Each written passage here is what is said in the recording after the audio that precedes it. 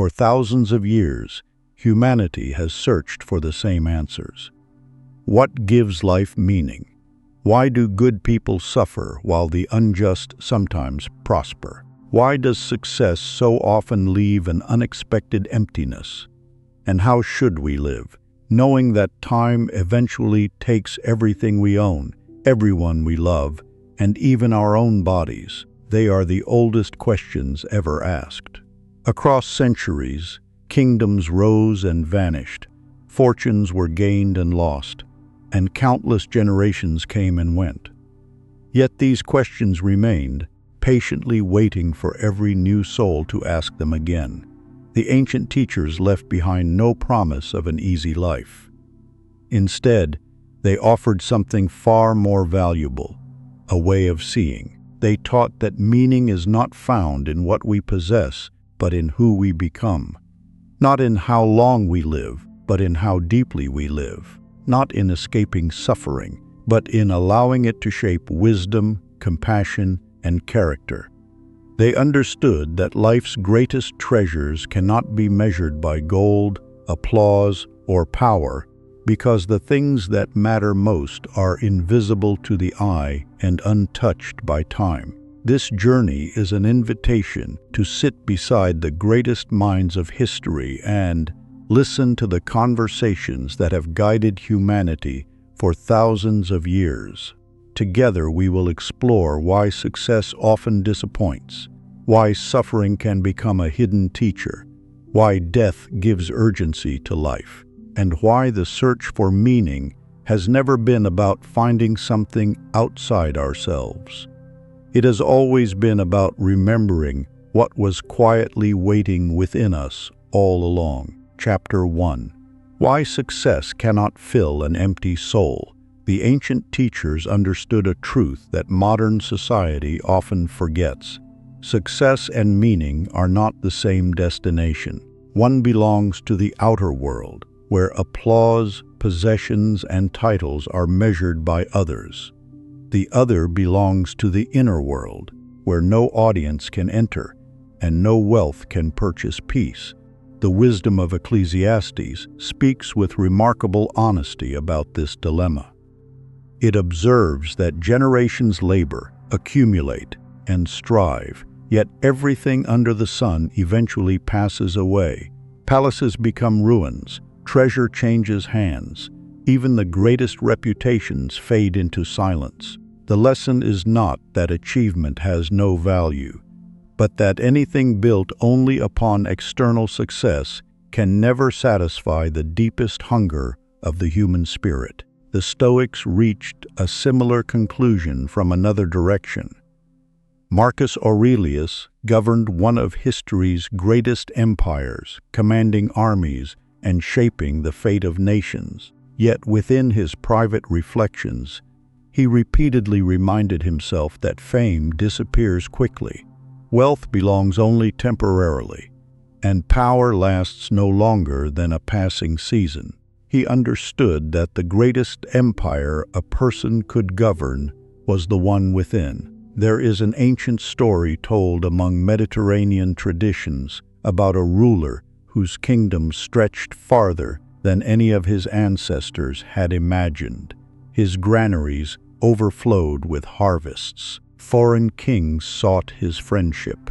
Musicians filled his courts each evening, and artisans carved his victories into stone, so future generations would remember his greatness. Yet each night, when the celebrations ended and the palace grew quiet, the ruler wandered alone through its empty halls.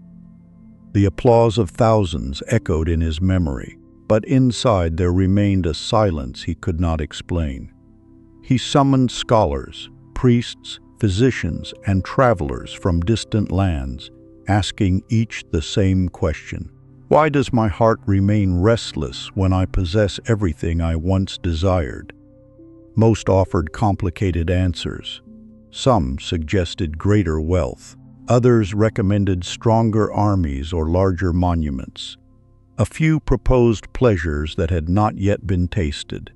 The king tried each suggestion, but the emptiness only grew. Then one evening an elderly gardener, whose family had quietly tended the palace grounds for decades, asked permission to speak. He carried no books and wore no fine clothing. Instead, he held a small olive seed in the palm of his hand. "My king," the old man said gently, "this seed does not become a tree by collecting more seeds. It becomes a tree by becoming fully what it was created to be." The king remained silent. The gardener continued, "You have spent your life gathering branches while neglecting your roots." Those words remained with the ruler long after the old man departed. Gradually, he began changing the way he lived. He visited his people without ceremony. He listened more than he spoke. He judged more fairly.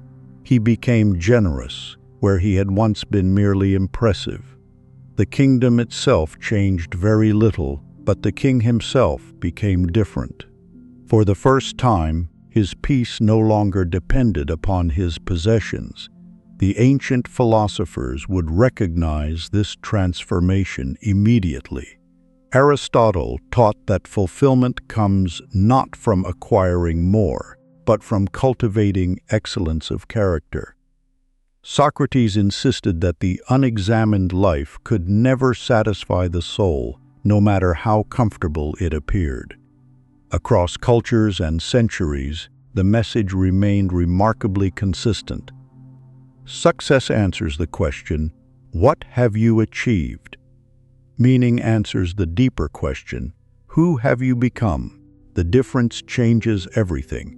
When success becomes the destination, there is always another mountain to climb, another promotion, another fortune, another victory. But when meaning becomes the destination, even ordinary days begin to possess extraordinary value. Perhaps the emptiness so many people experience today is not evidence that they have failed. Perhaps it is the quiet invitation of the soul reminding them that achievement alone was never meant to carry the full weight of a human life. Chapter 2. Why good people still suffer. One of the oldest questions ever asked beneath the stars is also one of the most difficult. Why do good people suffer?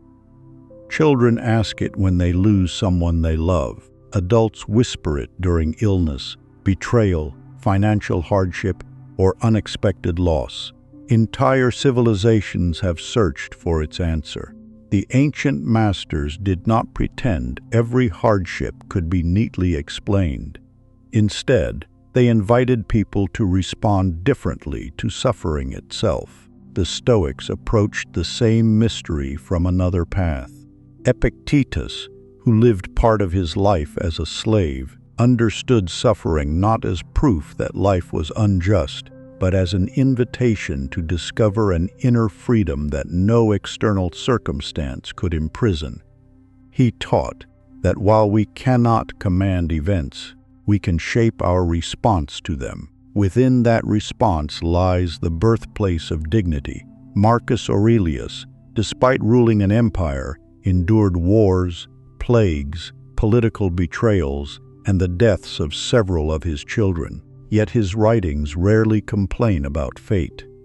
Instead, they continually ask one question: what kind of person will this difficulty allow me to become? That question changes everything. Modern culture often assumes suffering is merely an interruption to happiness. Ancient wisdom saw something more profound. Hardship strips away illusions. It reveals priorities. It exposes hidden fears. It teaches patience where comfort encourages carelessness.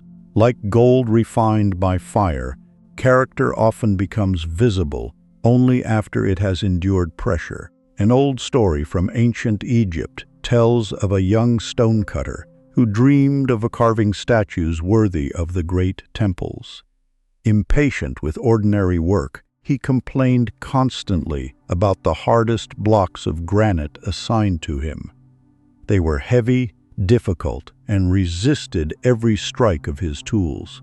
One evening, an elderly master approached him and quietly asked why he seemed so discouraged.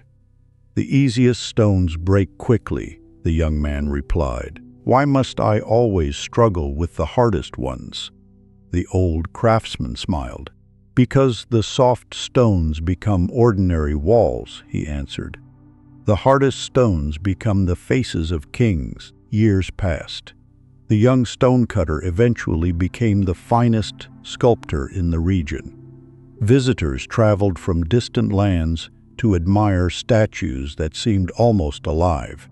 Whenever someone praised his remarkable skill, he would gently touch the rough scars on his hands and remember the difficult stones he had once wished to avoid. Only then did he understand that the stone had been shaping him as much as he had been shaping the stone. Human suffering often works in similar ways. This does not mean every tragedy has an obvious purpose, or that every wound immediately reveals its lesson. Ancient wisdom never glorified pain for its own sake. Tears remain real. Loss remains painful. Grief deserves compassion rather than easy explanations.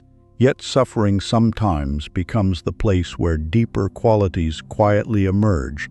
Humility replacing pride, compassion replacing judgment, courage replacing fear, gratitude replacing entitlement.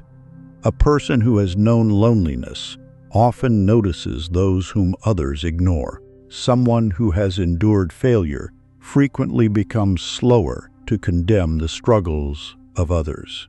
One who has experienced illness often treasures ordinary mornings that healthier people overlook.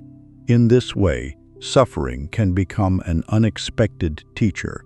Aristotle suggested that virtue is formed through repeated choices, especially when those choices are difficult. Easy circumstances reveal little about character. Adversity uncovers what comfort often conceals.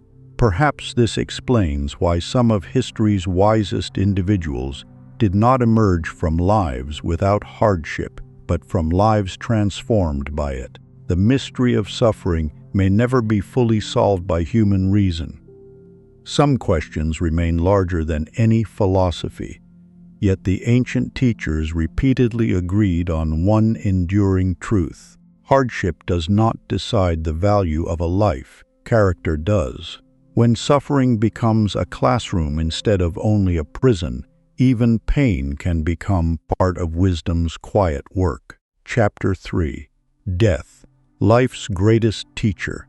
Different cultures honored death differently, yet nearly all agreed upon one profound insight: the awareness of death teaches us how to live. Modern society often avoids speaking about mortality. It distracts itself with endless activity, believing that silence can somehow postpone the inevitable. Ancient philosophers chose another path. They looked directly at mortality, not to cultivate fear, but to awaken gratitude. Marcus Aurelius reminded himself that life is astonishingly brief when measured against eternity. He was not encouraging despair. He was clearing away illusion. When time becomes precious, trivial concerns begin to lose their power. Petty arguments become easier to release. Endless comparison seems less important. The pursuit of appearances gradually gives way to the pursuit of what truly matters. Death becomes the great teacher because it removes every false priority. An old Greek story tells of a wealthy merchant who spent decades collecting treasures from across the known world. His home overflowed with rare fabrics, carved ivory, precious metals, and beautiful works of art. Travelers admired his fortune, and kings welcomed him into their courts. As the merchant grew old, he invited a respected philosopher to tour his magnificent estate. After walking through room after room filled with unimaginable riches, the philosopher asked only one question: which of these will accompany you beyond your final breath? The merchant remained silent. The philosopher, did not speak again. He simply walked into the garden where an old olive tree shaded several children laughing together while their grandparents watched nearby. The merchant stood there for a long time. For the first time in many years, he understood that the greatest treasures in his life had never been locked inside his vaults. From that day forward, he spent less time counting possessions and more time creating memories, mentoring younger craftsmen, reconciling broken friendships, and serving his community. His wealth remained, but it no longer ruled him. The greatest inheritance he eventually left behind was not measured in gold. It was measured in the lives he had quietly transformed. Ancient Egyptian wisdom often emphasized preparing not merely for death itself, but for living honorably before death arrived. A good life was considered the greatest preparation for a peaceful ending. Legacy was not something built during one's final years. It was created through countless ordinary choices made every day. This perspective changes how we understand urgency. Urgency is not rushing through life. It is refusing to postpone what truly matters. There will always be another meeting, another purchase, another task waiting tomorrow.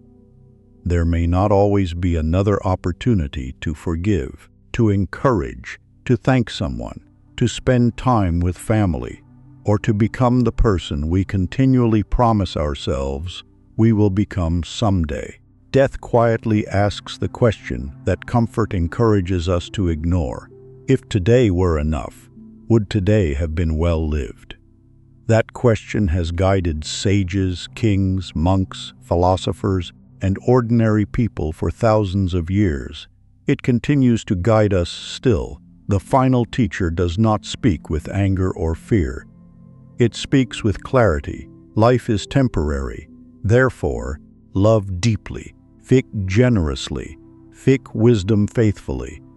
Leave behind more kindness than possessions. And remember that while no one escapes mortality, every person can choose the meaning they leave in its wake. Chapter 4. The wisdom hidden inside suffering. For thousands of years, humanity has searched for a way to escape suffering. Entire empires have pursued wealth to avoid it. Philosophers have sought understanding to explain it, and rulers have tried to control the future so they might never encounter it again. Yet every civilization eventually reached the same quiet realization. Suffering cannot always be avoided, but it can be transformed. The Stoics understood this with remarkable clarity. Marcus Aurelius wrote many of his reflections not from a peaceful retreat, but while surrounded by war, disease, political intrigue, and personal loss. His writings reveal a man who refused to allow pain to dictate his character. Instead of asking, "Why is this happening to me?" he continually returned to a more powerful question: "What is this experience asking me to become?" That single shift changes suffering from punishment into instruction. Ancient Egyptian wisdom also viewed hardship as a furnace that purified the human spirit. Gold, they observed, becomes brighter only after enduring intense fire. A rough stone becomes a polished monument only after countless strikes of the sculptor's hammer. Nature itself teaches that transformation rarely occurs without pressure. Human life follows the same mysterious pattern. Comfort often allows hidden weaknesses to sleep unnoticed. Pride grows quietly during easy seasons. Gratitude becomes casual. Relationships are taken for granted. We begin believing that tomorrow is guaranteed. Then hardship arrives without invitation. Illness enters the family. A trusted friendship breaks apart. A career unexpectedly ends. A loved one is lost. Plans carefully built over decades suddenly collapse in a single season, In those moments, something remarkable often happens. The masks fall away. What remains is not the life we imagined, but the person we truly are. History offers countless examples of individuals who emerged from suffering with deeper wisdom than they possessed before it. One such example comes from the life of the Greek philosopher Socrates. Though mocked by many, misunderstood by political leaders, and ultimately sentenced to death, he refused to betray his convictions merely to preserve his comfort. His external circumstances grew darker, yet his inner freedom remained untouched. Standing before the court that condemned him, Socrates displayed neither bitterness nor hatred. He understood that another person's injustice could wound his body, but could not corrupt his character unless he willingly surrendered it. His greatest victory was invisible. That quiet resilience has echoed through more than 2,000 years of history. Another ancient story tells of an elderly olive farmer whose grove was destroyed after years of drought. Everything he had patiently cultivated appeared lost. Neighbors expected despair, but each morning he returned to the barren land, carrying only a small shovel and a basket of new saplings. A traveler finally asked why he continued planting trees he might never live long enough to see mature. The old farmer smiled.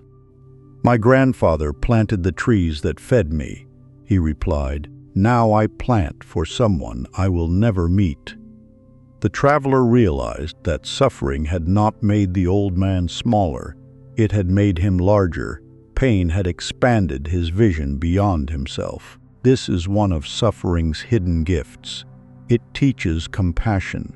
Those who have never experienced loneliness often overlook the isolated. Those who have never failed may judge harshly. Those who have never known grief sometimes struggle to comfort the grieving. But people who have walked through darkness often recognize the silent burdens carried by others. Their suffering becomes a bridge instead of a wall. Modern psychology increasingly confirms what many ancient traditions already understood. Resilience is not the absence of pain, but the ability to discover meaning within it. Human beings possess an extraordinary capacity to grow stronger through adversity when hardship is met with reflection rather than resentment. This does not mean every tragedy carries an obvious lesson or that every wound immediately heals. Ancient wisdom never suggested pretending pain does not hurt. Tears remain sacred. Grief deserves time. Loss leaves real scars, yet scars themselves tell a story. They remind us that healing is possible. They testify that survival can become wisdom. Perhaps that is why the deepest teachers throughout history rarely promised lives free from hardship. Instead, they taught people how to carry hardship without allowing it to poison the soul. Suffering changes everyone. The only unanswered question is whether it leaves us bitter or wiser. Choose wisely.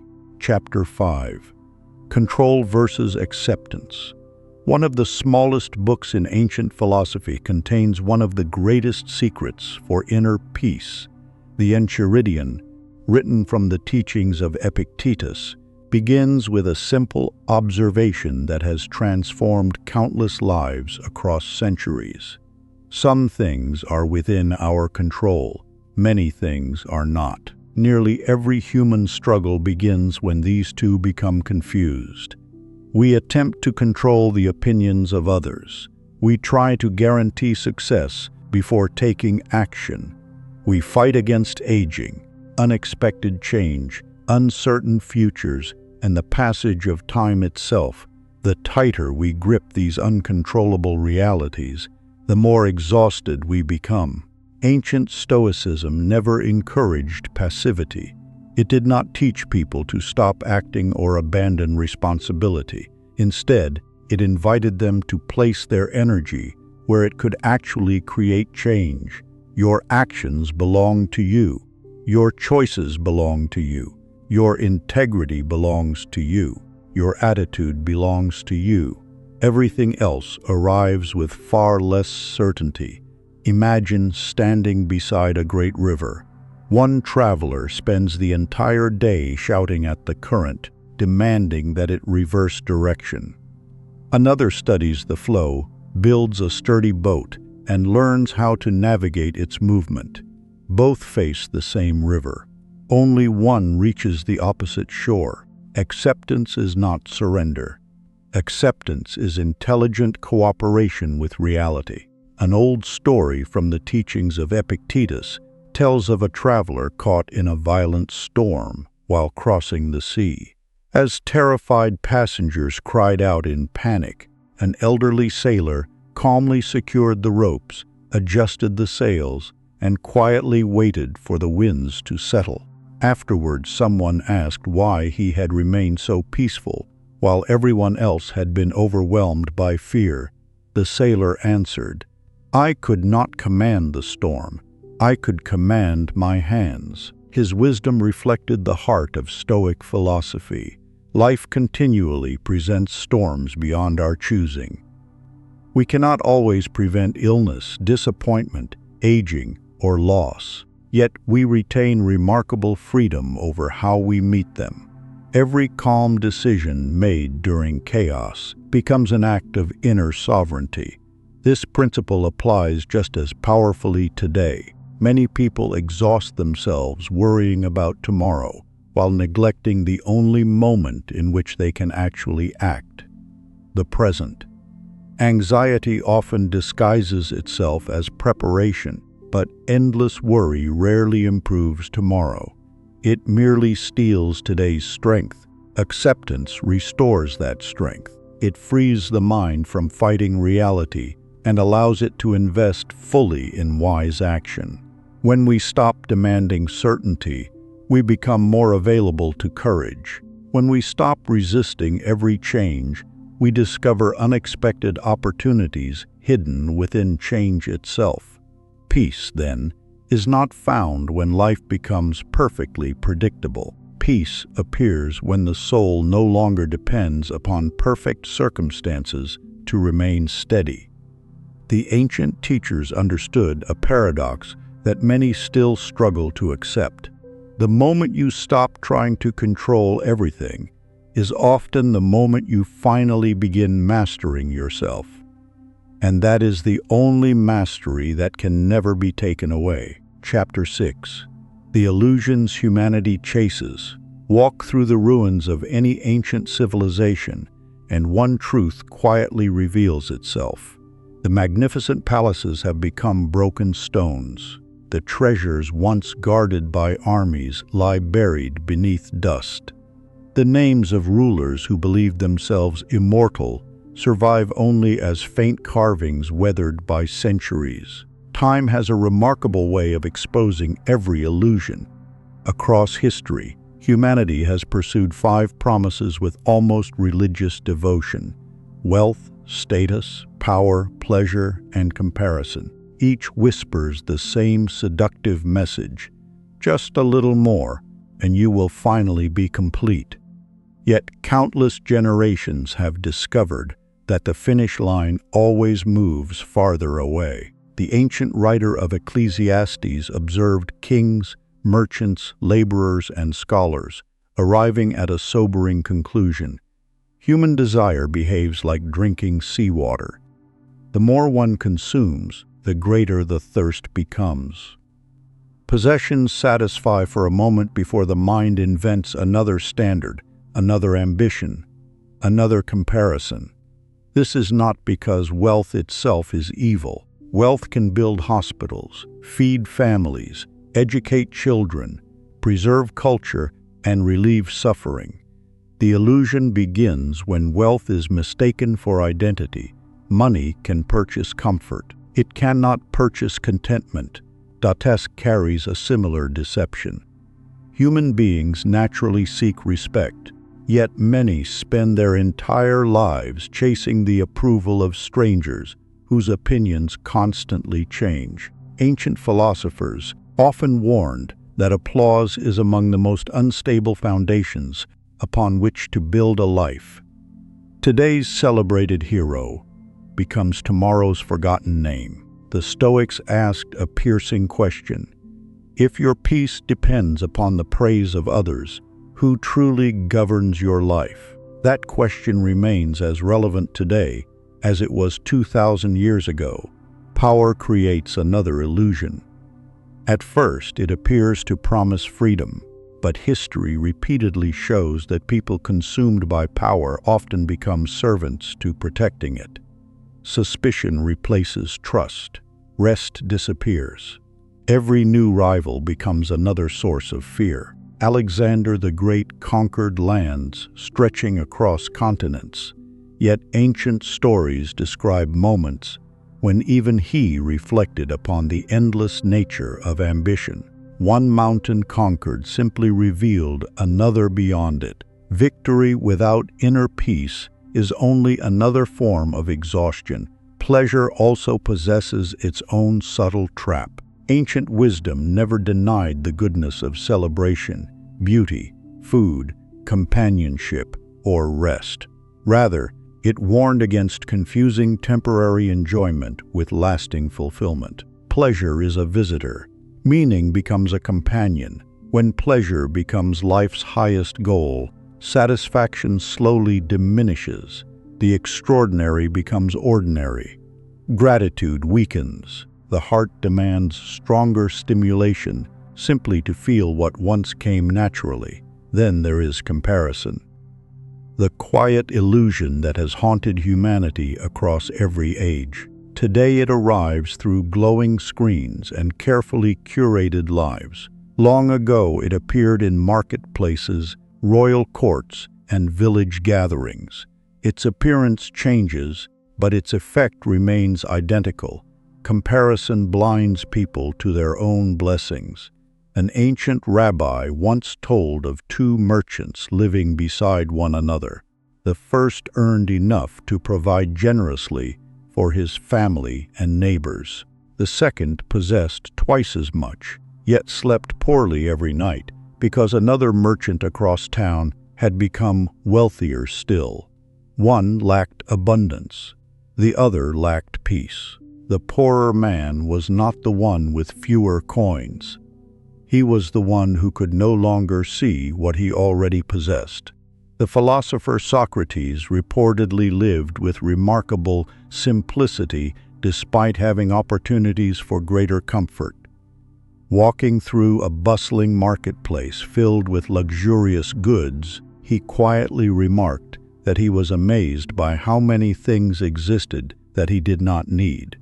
His words were not a rejection of prosperity. They were a declaration of freedom. The person who constantly needs more becomes dependent upon circumstances for happiness. The person who learns the wisdom of enough carries an inner wealth untouched by changing fortunes. Perhaps this explains why some of history's richest individuals have confessed profound emptiness, while others with modest means have radiated deep contentment. Fulfillment does not arise from accumulation alone. It grows from alignment between character, purpose, gratitude, and service. The greatest illusion humanity chases is not wealth, status, or pleasure themselves. It is the belief that something outside the soul can permanently complete what only wisdom can cultivate within. Enough begins inside. Chapter 7. The nature of life. Ancient philosophers viewed impermanence not as life's tragedy, but as one of its greatest teachers. Marcus Aurelius frequently reminded himself that empires rise and disappear. Beauty fades, children become elders, and every sunrise is unique because it will never be repeated in exactly the same way again. Far from creating despair, this awareness awakened gratitude. What is temporary becomes precious. Imagine receiving a flower that would bloom forever without fading.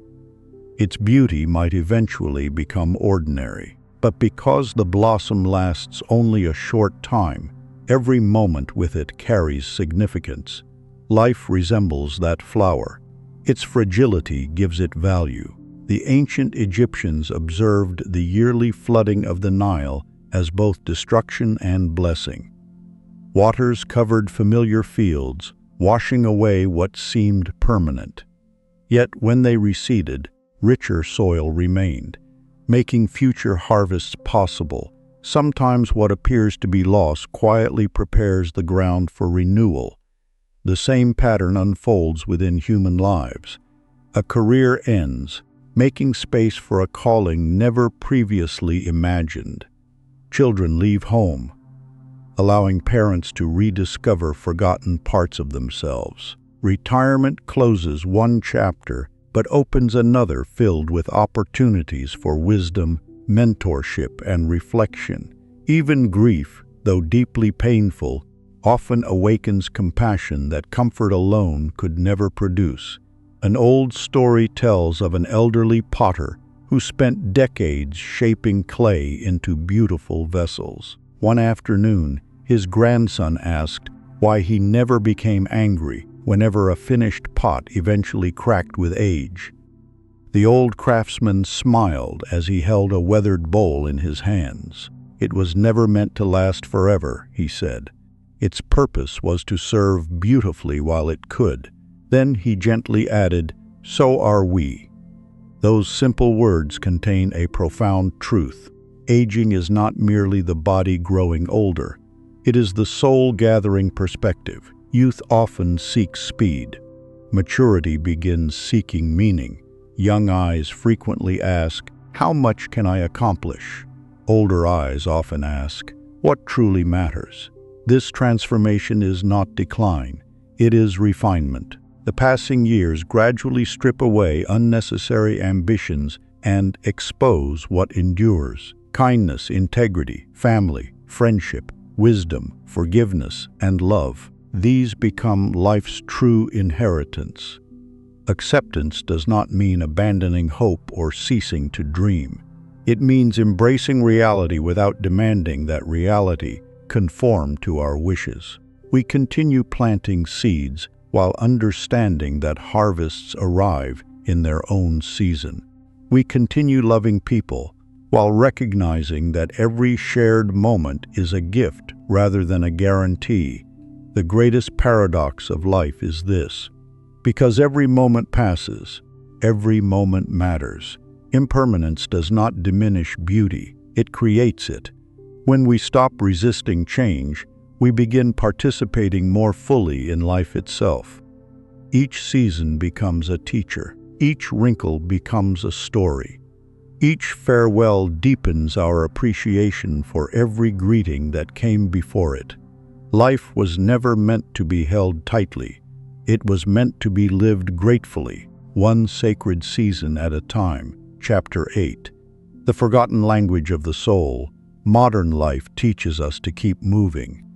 There is always another message to answer, another responsibility to fulfill, another distraction waiting to occupy the mind.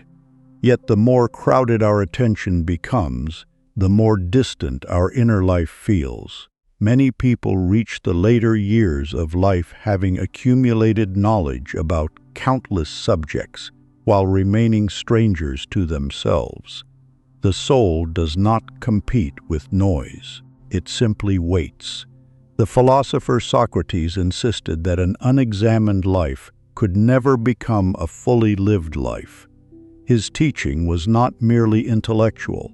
He believed every person carried an inner faculty capable of recognizing truth, if only they learned to listen. Throughout his life, he often spoke of an inner voice that restrained him from acting against wisdom. Whether one understands this symbolically or spiritually, the lesson remains powerful. Genuine insight often begins by becoming quiet enough to hear what constant activity has drowned out. The ancient desert fathers understood this better than most. They withdrew into barren landscapes, not because they despised humanity, but because they wished to remove every unnecessary distraction. In the silence of the wilderness, they discovered that the greatest battle was never against the outside world. It was against the endless conversations taking place within the mind. They learned that fear grows louder when ignored, pride disguises itself as certainty, and desire constantly invents new excuses. Yet beneath all of these voices rested something deeper, an awareness untouched by passing emotions. Silence reveals what noise conceals. This is why solitude has been honored by wise men and women across civilizations. Solitude is not loneliness. Loneliness is the pain of feeling disconnected from others. Solitude is the privilege of becoming reacquainted with oneself. One leaves loneliness by finding companionship. One enters solitude by finding presence. There is an old Egyptian story about a young scribe who desperately wished to inherit the wisdom of an elderly temple teacher. Expecting to receive secret scrolls or hidden formulas, he repeatedly begged his master for instruction. The elder simply led him to the bank of the Nile before sunrise and invited him to sit in silence. Day after day, this continued. The young man grew frustrated. "When will the teaching begin?" he finally asked. The old teacher smiled gently. "It began the moment you stopped speaking."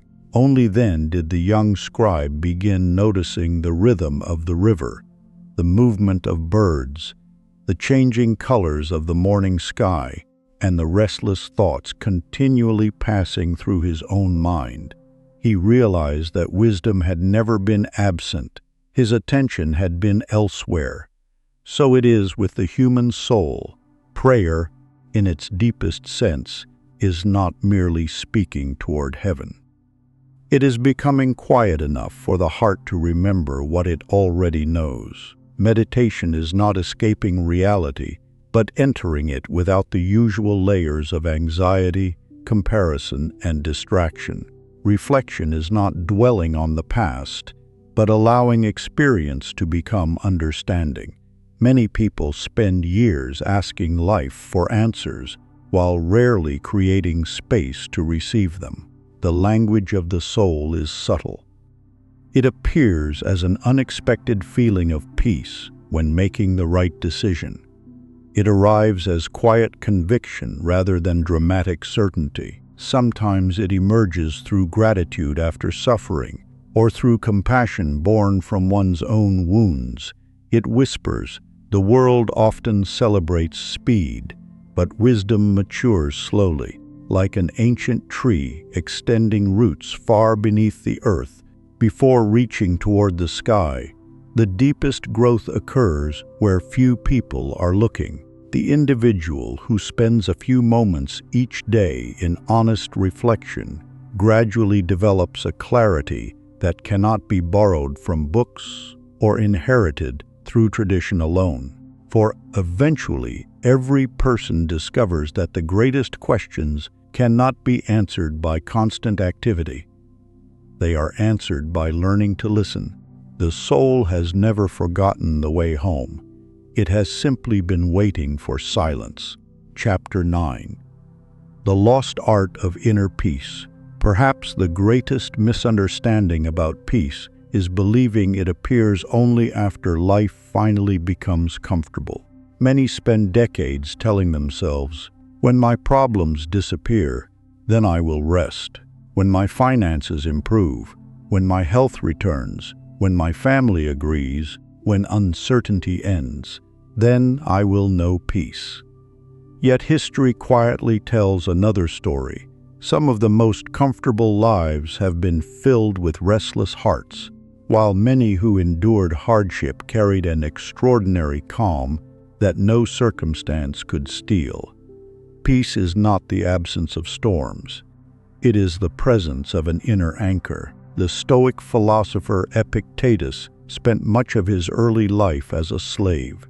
By ordinary standards, he possessed little control over external circumstances. Yet his writings continue to inspire people centuries later because he discovered a profound freedom that no master could imprison. He recognized a distinction that transforms human life. There are things we influence, and there are things we do not. Peace begins when we stop demanding control over what has never belonged to us. Acceptance is often misunderstood as surrendering to defeat. Ancient wisdom saw it differently. Acceptance means seeing reality clearly before responding wisely. A sailor cannot command the wind, but by understanding it, he learns to guide the sails. Likewise, the wise person does not waste strength arguing with life's inevitable seasons. Instead, they ask how best to meet them. Reality is resisted. Peace is received. Imagine standing in a river, struggling against its current hour after hour. Exhaustion would soon overcome you. Now imagine turning your body, learning the rhythm of the water, and allowing its movement to assist rather than oppose you. The river has not changed. Only your relationship with it has. So it is with life.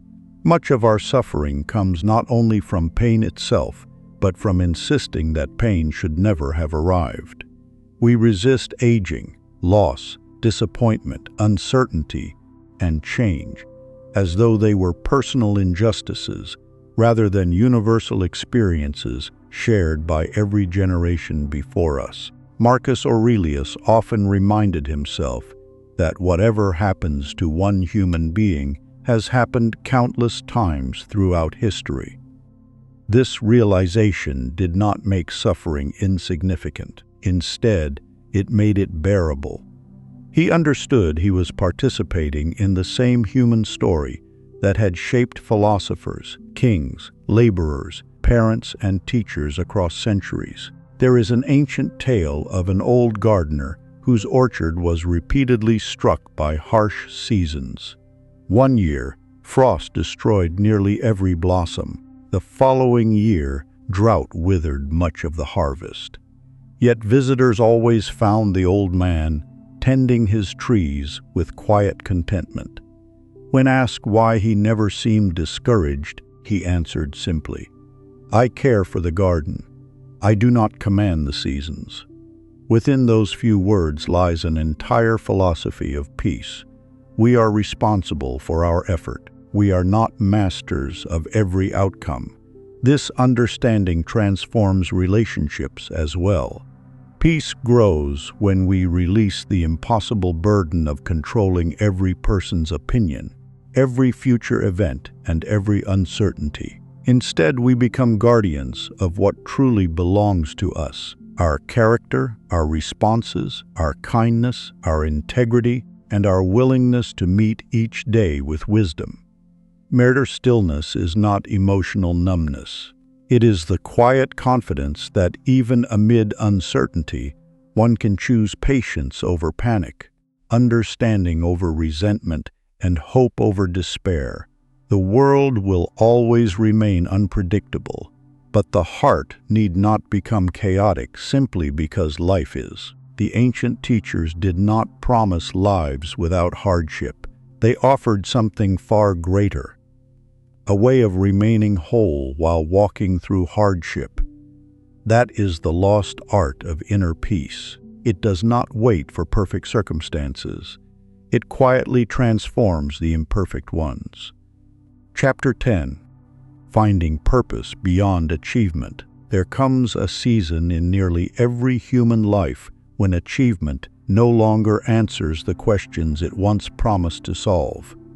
For years, a person may climb toward promotions, accumulate possessions, earn recognition, and accomplish goals that once seemed impossible. Yet when the applause fades and the celebrations become memories, another question quietly emerges from within. Was this all for? This question is not a sign of failure. It is often the beginning of wisdom. ancient philosophers understood something modern culture frequently forgets. Achievement can build a successful life, but only purpose can build a meaningful one. A title may describe what you do. Wealth may measure what you possess. Reputation may reflect what others think of you, but purpose answers a far deeper question. It reveals why you exist and how your life becomes a blessing to others. Aristotle observed that every action aims toward some good, yet the highest good is not found in endless acquisition, but in living according to virtue. Likewise, the Stoics believed that the worth of a life could never be measured by fortune alone. A person who governed an empire but neglected justice had achieved much while becoming little. Another who lived humbly yet cultivated wisdom, compassion, and integrity had fulfilled a far greater calling. Purpose outlives success. Many people unknowingly confuse identity with occupation. They introduce themselves by describing their profession, their accomplishments, or the roles they perform. Yet life eventually changes every role. Careers end. Businesses close. Children grow independent. Strength fades with age. When identity depends entirely upon external roles, every transition feels like the loss of oneself. The ancients warned against this quiet danger. They taught that identity must rest upon character rather than circumstance. A teacher remains a servant of wisdom even after retirement. A parent continues shaping generations long after children leave home. A craftsman's purpose is not merely to produce beautiful objects, but to embody patience, excellence, and devotion in every task. The external form may change, but the inner calling remains. There is an old Greek story of a renowned sculptor whose statues adorned temples throughout the city. As his fame spread, wealthy patrons competed for his work. Yet when visitors praised his masterpieces, the sculptor simply smiled and returned to his workshop. One young apprentice finally asked, "Master, do you never grow tired of creating after so many years?" The old man replied, "I was never carving statues for applause. I was carving myself." The apprentice was puzzled. The sculptor continued, "Each stone teaches patience. Each mistake teaches humility. Each finished work reminds me that my greatest creation has never been the marble before me, but the character within me." Years later, after the sculptor's works had weathered and some had crumbled, people still remembered the kindness with which he trained young artists, the fairness with which he treated strangers, and the peace that surrounded him. His true masterpiece had never stood in the marketplace. It had lived within the lives he quietly transformed. So it is with every meaningful life. Purpose rarely announces itself with grand spectacles. More often, it is discovered in ordinary faithfulness, encouraging a discouraged friend, raising children with patience, serving one's community with honesty, caring for aging parents with dignity, offering wisdom freely without seeking recognition. The deepest purpose often hides inside the simplest acts. History remembers kings and conquerors, yet entire civilizations were preserved by countless unnamed teachers, healers, laborers, mothers, fathers, and neighbors who quietly lived with integrity. Their names may have disappeared from history, but the goodness they passed forward continues through generations they never lived to see. Recognition is temporary. Contribution is eternal. As people grow older, many discover that the achievements once occupying every waking thought gradually lose their urgency. Instead, relationships deepen in value. Character becomes more precious than reputation. Peace becomes more desirable than competition. One begins asking not, How much have I accomplished? But whom have I helped become stronger because I lived? This shift is not decline, it is awakening. Purpose is found wherever your gifts meet another person's need.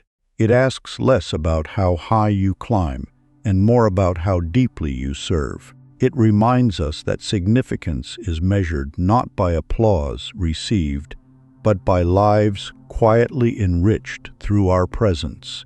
The greatest achievements eventually become memories. A life lived with purpose becomes a legacy. Chapter 11.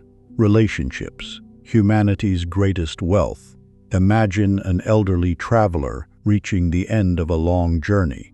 His house is large, his accounts are full, his accomplishments fill many pages. Yet as evening falls and the years gather behind him, none of these things sit beside his bed.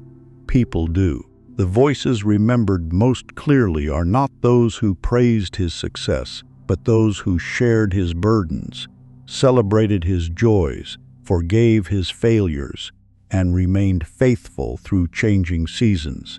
This is the wisdom every civilization eventually discovered. People are life's greatest treasure. Everything else is borrowed. Confucius taught that the quality of society begins with the quality of human relationships. Families shape communities. Communities shape nations. Before laws can produce harmony, hearts must learn respect, kindness, loyalty, and compassion. Civilization itself rests upon invisible threads woven between human beings. Love is not merely an emotion, it is daily devotion. Ancient wisdom repeatedly returns to this simple truth because human beings are created not only to accomplish, but to belong. A person may possess extraordinary intelligence and remarkable wealth, yet without genuine relationships, life often feels strangely incomplete. Success satisfies ambition. Love satisfies the soul. There is an old Egyptian story of an aging official who spent decades serving the royal court. Near the end of his life, a young nobleman asked him what achievement had brought him the greatest satisfaction. The youth expected stories of political victories, magnificent buildings, or royal honors. Instead, the old man answered quietly, "The titles remained in the palace. My friendships walked home with me." He explained that every position he had once held eventually belonged to another. Every ceremony faded into memory. But the people whose lives he had encouraged, protected, and served remained his greatest inheritance. The young nobleman never forgot those words. Neither should we. Friendship possesses a mysterious power. A true friend does more than accompany us during pleasant days. They remind us who we are when disappointment clouds our vision. They speak truth when comfort would be easier. They celebrate without envy and correct without humiliation. Such friendships cannot be purchased because they are built through years of trust, sacrifice, forgiveness, and shared experience. Family, too, teaches lessons no school can provide. Within families, we encounter patience, responsibility, generosity, conflict, reconciliation, and unconditional love. Every meal shared, every conversation held, every hardship endured together quietly forms the architecture of the human heart. Service strengthens every relationship. The more we ask, "How can I contribute?" instead of "What can I receive?" the richer our relationships become. Ancient traditions across the world recognize that genuine love is demonstrated not through grand declarations, but through consistent acts of care. A helping hand, an attentive ear, a word of encouragement, a forgiving spirit. These simple gifts often carry greater value than expensive possessions. The paradox is beautiful. The more love is given, the more abundant it becomes. As the years pass, Many older people speak less about the promotions they earned and more about the people they loved. They remember conversations, shared laughter, unexpected kindnesses, family gatherings, lifelong friendships, and moments when someone simply stayed beside them during difficult times. These memories become treasures no thief can steal. In the end, wealth may provide comfort, but relationships provide belonging. Achievement may impress the world, but love transforms it. Recognition may fade with time, but compassion echoes through generations. Perhaps this is why the wisest teachers throughout history placed relationships at the center of a meaningful life.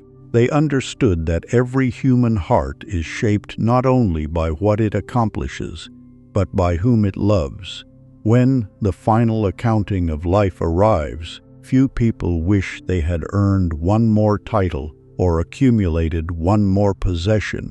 Most simply wish they had loved more deeply, forgiven more quickly, served more generously, and treasured the people who quietly made life worth living. For humanity's greatest wealth has never been stored in vaults. It has always lived in one another. Chapter 12. Living with Enough. There is a question that quietly follows every human being throughout life, though few ever stop long enough to hear it.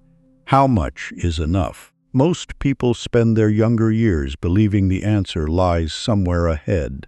One more promotion, one larger home, one greater achievement, one more possession, one final milestone. Yet each destination soon becomes another beginning, and the horizon continues moving farther away. The ancient teachers understood this restless pursuit long before the modern world gave it new names.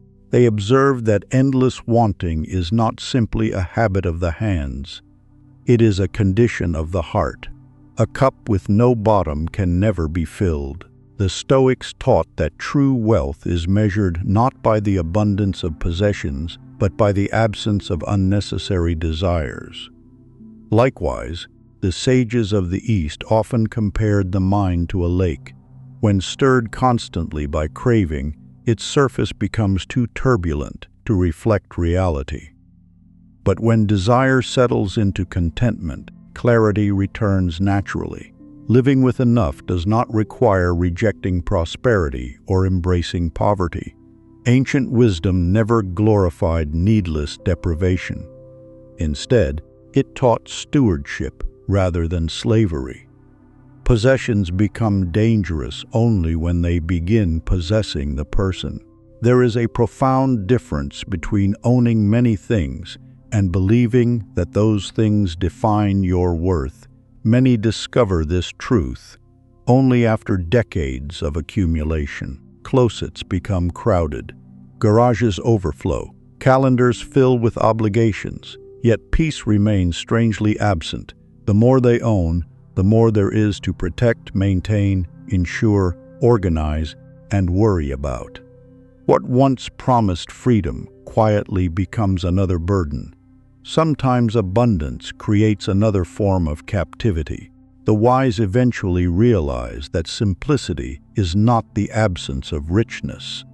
It is the removal of everything that prevents richness from being experienced. Imagine entering an ancient monastery high among the mountains. The room of an elderly monk contains little more than a wooden table, a chair, a bed, a worn scroll, and a clay lamp. A traveler, astonished by such simplicity, asks, "Where are your possessions?" The old monk smiles gently. "Where are yours?" The traveler laughs. "I am only passing through, so am I," replies the monk. Those few words contain a lifetime of wisdom. Every civilization has attempted, in its own language, to remind humanity that life itself is temporary. We arrive with empty hands and depart the same way. Between those two moments, we are invited to become caretakers rather than owners. grateful participants rather than anxious collectors. Gratitude transforms this understanding into daily practice. A grateful person begins noticing blessings that constant ambition overlooks. Morning sunlight across a familiar table, the laughter of grandchildren, a quiet conversation with an old friend, the comfort of ordinary routines, the strength to walk, to breathe, to love another day. None of these appear extraordinary, yet together they form an extraordinary life. Psychologically, gratitude interrupts the endless comparison that fuels dissatisfaction. The mind cannot simultaneously dwell in appreciation and scarcity. One enlarges peace, the other enlarges longing. Ancient philosophers understood that attention determines experience. What the heart continually counts becomes the measure of its reality. This is why some people possess little yet radiate contentment, while others accumulate fortunes yet remain perpetually restless. Their circumstances differ, but the deeper difference lies in perception. Enough is not a number. It is a way of seeing. There is an old story told among the villages of ancient Anatolia. A prosperous merchant traveled to visit a shepherd whose wisdom had become famous throughout the region, expecting to find hidden treasure or secret knowledge. The merchant instead discovered the shepherd, sitting beneath an olive tree, quietly sharing bread with several children. After watching for a while, the merchant finally asked, "When will you gather enough sheep to become wealthy?" The shepherd looked across the hillside and answered, "When will you gather enough gold to become peaceful?" Neither man spoke for several moments. Years later, the merchant returned, not richer, but wiser. He confessed that despite decades of successful trade, he had never learned to enjoy what he already possessed. The shepherd welcomed him again beneath the same tree. This time they shared bread together, and for the first time in many years, the merchant felt no urgency to become someone else or to acquire something more. That afternoon, he discovered the wealth he had been seeking all along. Living with enough does not mean abandoning ambition. It means allowing gratitude to guide ambition, instead of allowing ambition to replace gratitude. It means pursuing excellence without sacrificing peace, working diligently without becoming consumed by comparison, and receiving life's blessings with open hands rather than clenched fists. For the richest life is rarely the one that owns the most. It is the one that recognizes enough when it quietly arrives. Chapter 13. Wisdom for the second half of life. Every sunrise brings something new into the world. Every sunset quietly asks what we have become. The second half of life invites a different kind of success. Youth often measures life by accumulation, learning more, building more, proving more. But maturity gradually introduces another calling, releasing what is no longer necessary so that wisdom may remain. Growing older is inevitable. Becoming an elder is intentional. Many civilizations honored elders not because of the number of years they had lived, but because of what those years had produced within them. Wrinkles alone were never considered wisdom. Gray hair alone did not guarantee understanding. Time merely revealed whether experience had been transformed into compassion, humility, patience, and discernment. Life teaches everyone. Only some become students. Marcus Aurelius reminded himself that every passing day shortened the distance to death, not as a reason for despair, but as an invitation to live more deliberately. Ancient Egyptian wisdom likewise urged leaders to cultivate humility before age made humility unavoidable. Across cultures, the message remained remarkably consistent. Prepare your soul as carefully as you prepare your career. The second half of life asks quieter questions. Have you learned to forgive? Can you release resentment before it hardens into bitterness? Have disappointments made you wiser instead of colder? Can you celebrate another person's success without envy? These questions matter far more than the titles engraved upon office doors. One of the greatest gifts of aging is perspective. The arguments that once seemed urgent become insignificant. The possessions once fiercely protected lose their importance. Many fears quietly dissolve. One begins recognizing how precious ordinary days truly are. A shared meal becomes more meaningful than an expensive banquet. A peaceful afternoon becomes richer than constant excitement. Presence gradually replaces performance. This change is not loss, it is refinement. There is an ancient story from China about an elderly calligrapher whose work was admired throughout the kingdom.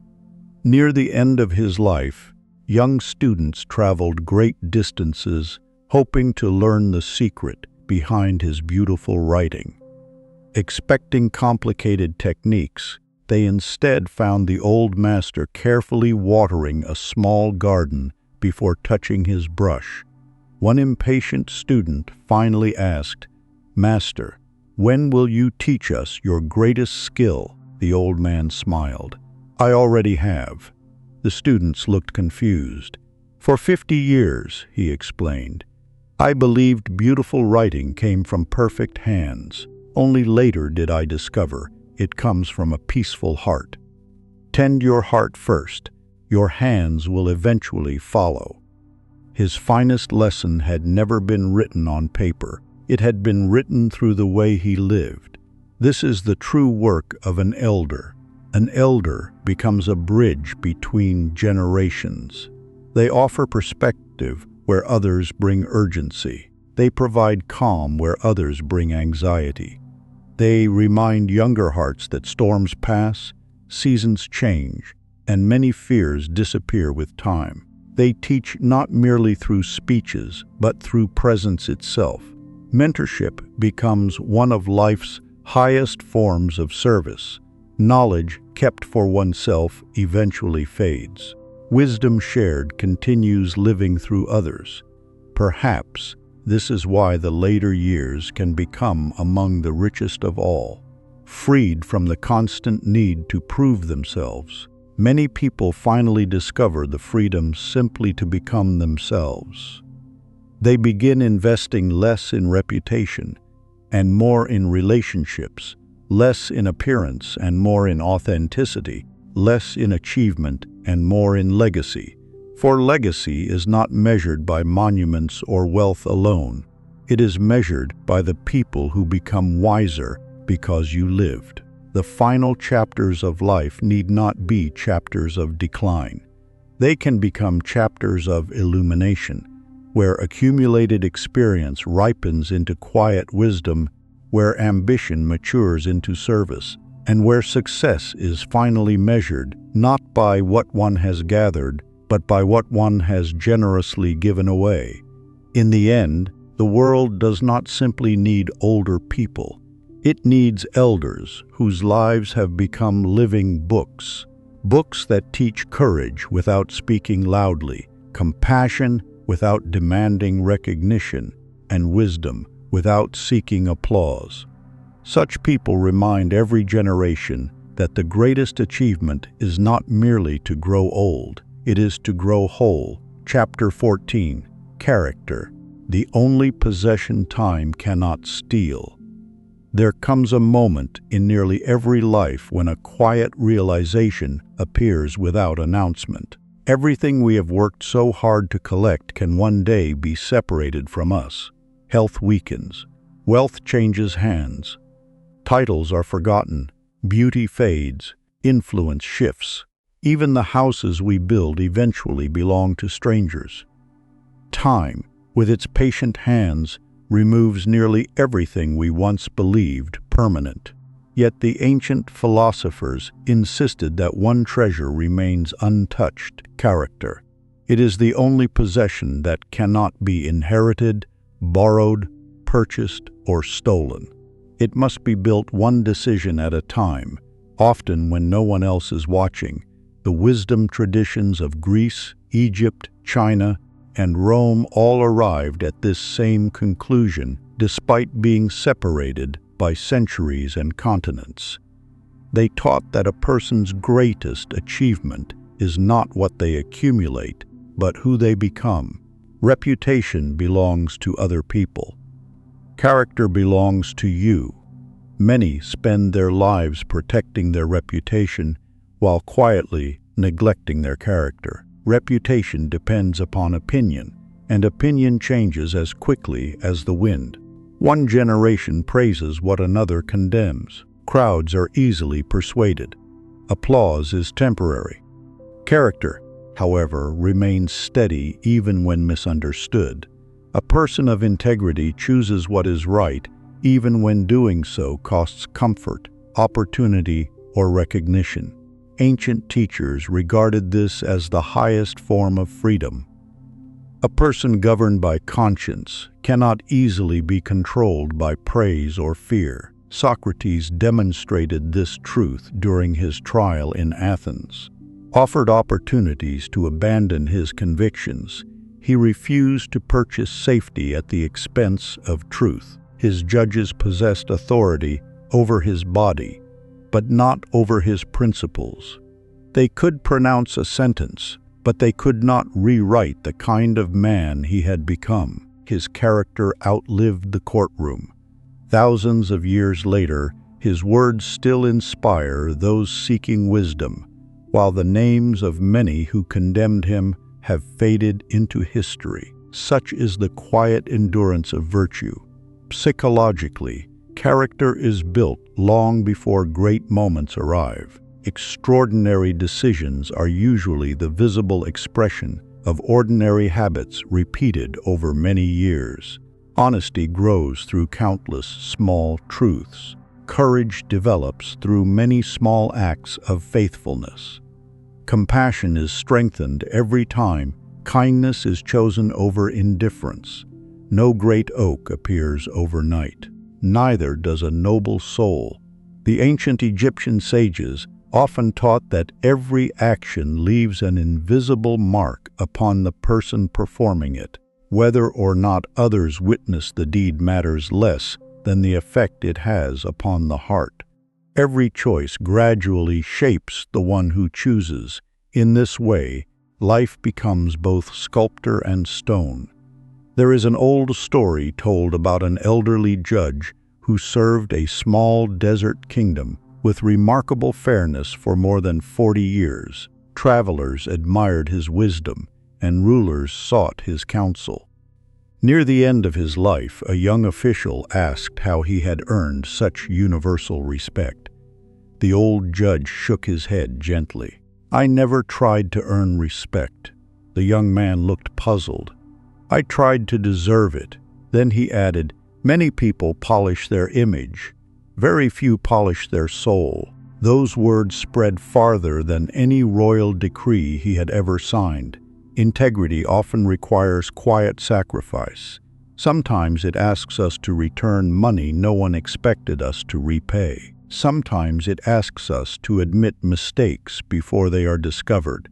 Sometimes it asks us to remain truthful when dishonesty would seem easier. These moments rarely attract applause, yet they strengthen the invisible architecture of the soul. Character grows in silence. Every civilization eventually forgets its wealth. Monuments crumble. Kingdoms disappear. Markets rise and fall. Yet stories of honorable men and women continue traveling across generations because they remind humanity of something greater than success. They remind us of what is possible. As life moves toward its later seasons, this truth becomes increasingly clear. Few people lie awake wishing they had accumulated one more possession. Many, however, wish they had spoken more kindly, forgiven more quickly, loved more generously, and lived more honestly. These regrets are not about achievement, they are about character. For when time finally asks us to release everything else, it cannot take away the person we have become. That is the one treasure we carry beyond every changing season. Chapter 15. The Art of Living Before Time Runs Out. We often imagine that meaning will arrive someday in the future, after one more accomplishment, one more obligation, one more season of busyness. Meanwhile, the ordinary days quietly become the extraordinary life we thought was still waiting ahead. The ancient philosophers urged people to remember mortality not as a burden, but as a guide. Marcus Aurelius wrote to himself each morning as though the day might be his last, not because he expected death, but because such awareness purified his priorities. When time is remembered, trivial concerns lose their power. Mortality clarifies. It removes illusion. To live before time runs out is not to live anxiously. It is to live attentively. Every conversation becomes more precious. Every sunrise becomes a gift rather than an expectation. Every opportunity to forgive becomes more urgent. Every act of kindness becomes an investment in something larger than ourselves. Presence is not merely awareness. It is gratitude made visible. Modern life often persuades people that constant activity is the same as meaningful living. Ancient wisdom gently disagrees. A person may hurry through decades without ever truly noticing them. Another may live more slowly, paying attention to small moments, and discover immeasurable richness within an ordinary existence. The difference is rarely found in circumstance. It is found in attention. Daily choices shape destiny more reliably than dramatic moments. A single encouraging word can restore another person's hope. One honest decision can preserve years of trust. One afternoon spent listening deeply to a loved one may become a memory treasured long after countless busy days have been forgotten. Great lives are built quietly. The Odyssey tells of Odysseus spending years longing to return home. His journey was filled with storms, temptations, victories, and failures, yet the deepest lesson was not about adventure. It was about remembering what truly mattered. Every challenge gradually stripped away illusion until only purpose remained. Sometimes life sends us on long journeys simply to help us recognize what was valuable from the beginning. There is an old story from a mountain village where an aging stonemason spent decades building bridges across dangerous rivers. When he became too old to lift heavy stones, a young apprentice asked him which bridge had been his greatest achievement. The old craftsman smiled and pointed not toward the valley, but toward the village itself. "The bridges I built from stone will someday collapse," he said. "The bridges I built between people may last much longer." The apprentice looked around in confusion. "I taught patience to one worker, courage to another, honesty to a third. Those are the bridges I hope remain." Years after the old mason had died, travelers still crossed the rivers on newer bridges built by those he had trained. Yet even more important, they encountered a community known for generosity, fairness, and trust. His greatest construction had never been made of stone. It had been made of lives.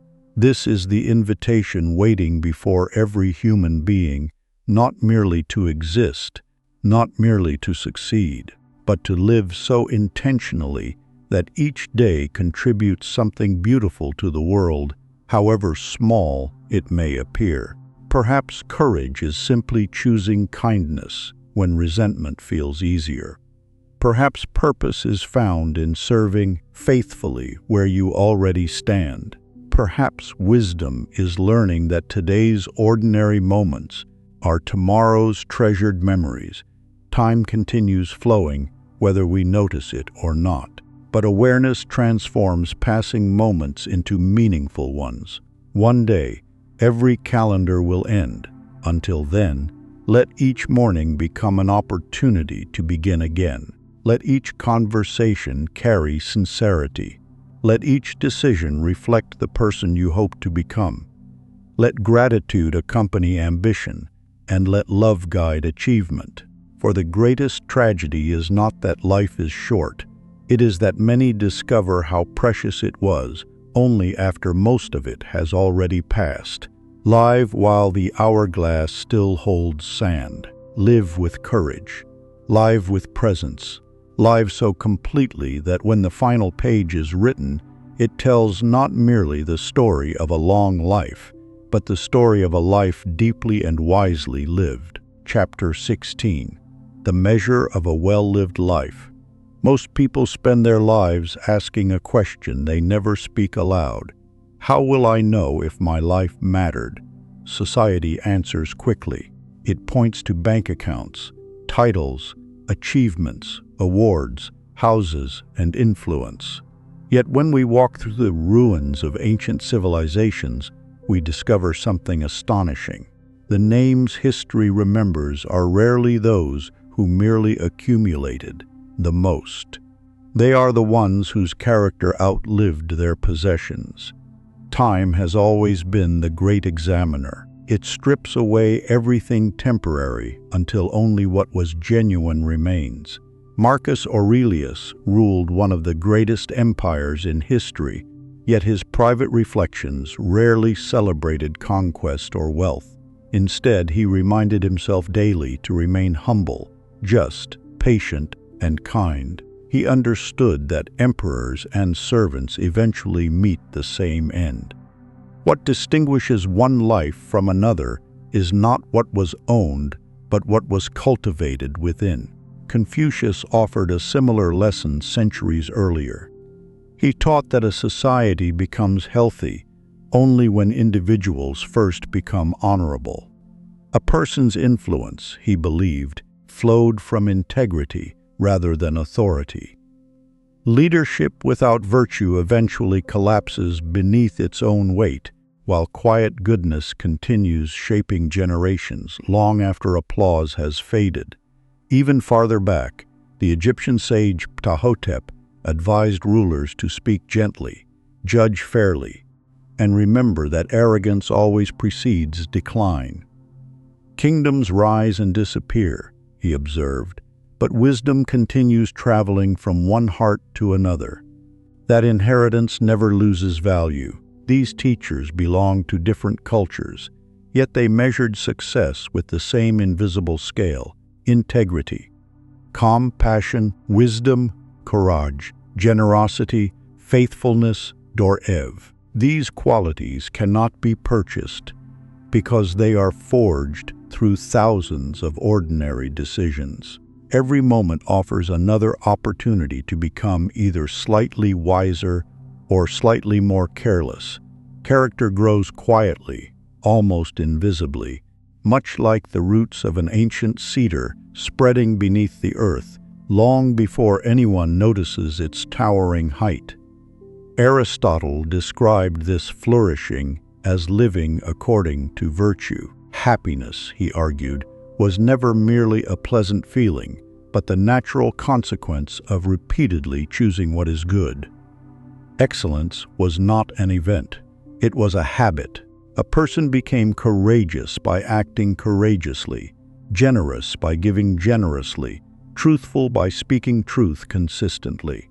Destiny was built one decision at a time. Modern culture often reverses this wisdom. We assume possessions create peace, that recognition creates confidence, or that success automatically produces fulfillment. Yet countless people achieve everything they once desired, only to discover that inner emptiness has quietly accompanied them to the summit. External victories cannot replace internal formation. A person may own many houses while never feeling at home within themselves. Another may possess little yet carry such tranquility that everyone who meets them senses an uncommon richness. This invisible wealth has always fascinated humanity. The Stoics called it virtue. The sages called it wisdom. Many spiritual traditions called it the treasure that neither rust nor thieves could destroy. Each pointed toward the same mystery. The greatest possessions cannot be stored in vaults because they exist within consciousness itself. Imagine two funerals separated only by a few streets. At the first, people describe expensive achievements, prestigious titles, and remarkable financial success. Yet when the speeches end, silence quickly replaces admiration because few hearts were genuinely touched. At the second, there are fewer accomplishments to list. Yet family members speak through tears about patience, kindness, encouragement, forgiveness, and unwavering love. Friends remember conversations that changed their lives decades earlier. Children recall feeling safe simply because that person existed. Which life was richer? History quietly answers the second, because people rarely remember what someone owned. They remember how someone made them feel. Ancient civilizations understood this better than many modern societies. They believed every generation borrowed life temporarily before handing it to the next. Wealth could help this transfer, but wisdom determined whether the inheritance became a blessing or a burden. Perhaps this is why the oldest teachings repeatedly ask us to examine ourselves before attempting to improve the world. Your reputation belongs to other people. Your character belongs to you. Reputation changes with rumor. Character grows through truth. One depends upon public opinion. The other depends upon private choices. When titles disappear, when careers conclude, when strength fades with age, one possession still remains untouched. Who you became, that is the only treasure time cannot steal. An old tradition tells of an elderly judge who retired after decades of public service.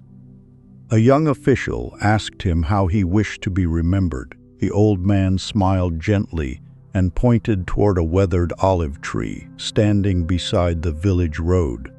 "I planted that tree when I first became judge," he said.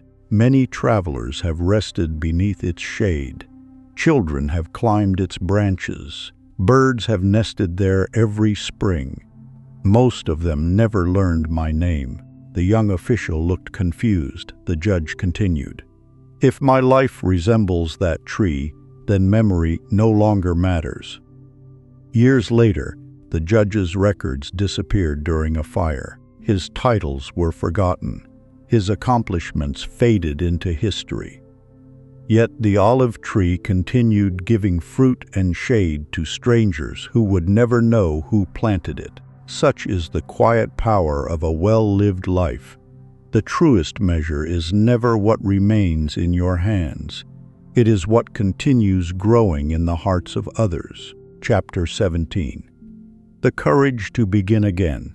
Every civilization has honored those who discovered the strength to begin again, not because they never failed, but because failure became the doorway through which wisdom entered.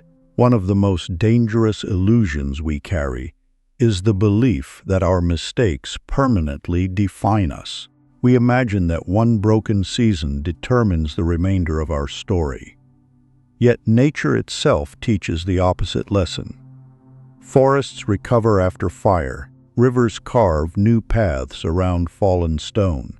Winter always appears final until spring quietly proves otherwise. Life speaks the language of renewal. Human beings simply forget how to listen. Ancient philosophers often described pride as a heavier burden than poverty. Pride refuses to admit weakness. Pride clings to appearances long after truth demands surrender. Pride fears beginning again because it mistakes restarting for failure. Wisdom sees something entirely different. Every new beginning is evidence that hope still lives. The Stoics encouraged people to greet each morning as another opportunity to practice virtue, regardless of yesterday's mistakes. They understood that regret becomes useful only when it teaches rather than imprisons. What cannot be changed should become instruction, never identity. An old story tells of an aging philosopher who spent decades serving as advisor to wealthy merchants. He was respected for his learning, admired for his influence, and surrounded by comfort. Then political turmoil swept through the region. His patrons disappeared. His possessions were confiscated. His reputation collapsed almost overnight. Friends avoided him. Former students no longer greeted him. Everything he believed permanent vanished within a single year. For months he wandered from village to village, carrying only a small satchel of scrolls. Many assumed his life had ended in tragedy, yet something unexpected happened during those lonely travels. Without wealth to defend, without status to maintain, without admiration to pursue, he finally met himself. He discovered that much of his identity had quietly depended upon the opinions of others. Once those opinions disappeared, fear initially rushed in. But after fear settled, silence revealed something deeper. He was still capable of kindness, still capable of wisdom, still capable of wonder. Nothing essential had been taken. Years later, younger seekers began traveling great distances simply to hear the old philosopher speak. They expected complicated theories. Instead, he offered a single lesson. "I lost everything that could be stolen," he told them, and only then discovered what could not. His greatest wisdom was born after his greatest collapse. Such stories repeat throughout history because they mirror a universal law. Life often begins again where pride finally ends. Psychologically, this transformation requires enormous courage. The mind prefers familiar suffering over unfamiliar possibility. Even painful habits become comfortable because they are known. Beginning again asks us to exchange certainty for growth. That is why courage is not the absence of fear. It is movement despite fear. Older generations often understand this truth better than younger ones. They have survived losses, illnesses, disappointments, changing careers, broken relationships, and seasons that seemed impossible while living through them. Looking backward, many discover that their deepest wisdom emerged not during comfort but during reconstruction. Brokenness became preparation, failure became refinement, loss became redirection. This does not mean suffering is desirable. Rather, it means suffering never possesses the final word unless we surrender our capacity to grow. Ancient craftsmen, repairing cracked pottery, sometimes filled the fractures with precious metals, allowing the repaired vessel to become more beautiful than before. The visible cracks no longer represented shame. They testified to endurance. Human lives follow the same mysterious pattern. The healed heart often shines more brightly than the untouched one. Every setback carries two invisible invitations: become bitter or become wiser. Every ending offers another choice: remain imprisoned by yesterday or step quietly toward tomorrow. The remarkable truth is that beginning again rarely requires dramatic action. It often starts with one honest conversation, one forgiven resentment, one disciplined morning, one humble apology, one courageous decision to stop pretending. Great transformations are built from ordinary faithfulness. As this journey draws toward its close, perhaps the question is no longer whether life has wounded you. Every life bears scars. The deeper question is this: what will you build from those scars? The civilizations we admire were not created by people who never stumbled. They were built by men and women who refused to allow failure to become their identity. Your past explains you. It does not imprison you. Your losses shaped you. They need not define you. Your story is still being written. And sometimes the most meaningful chapter begins precisely when you finally possess the courage to turn the page.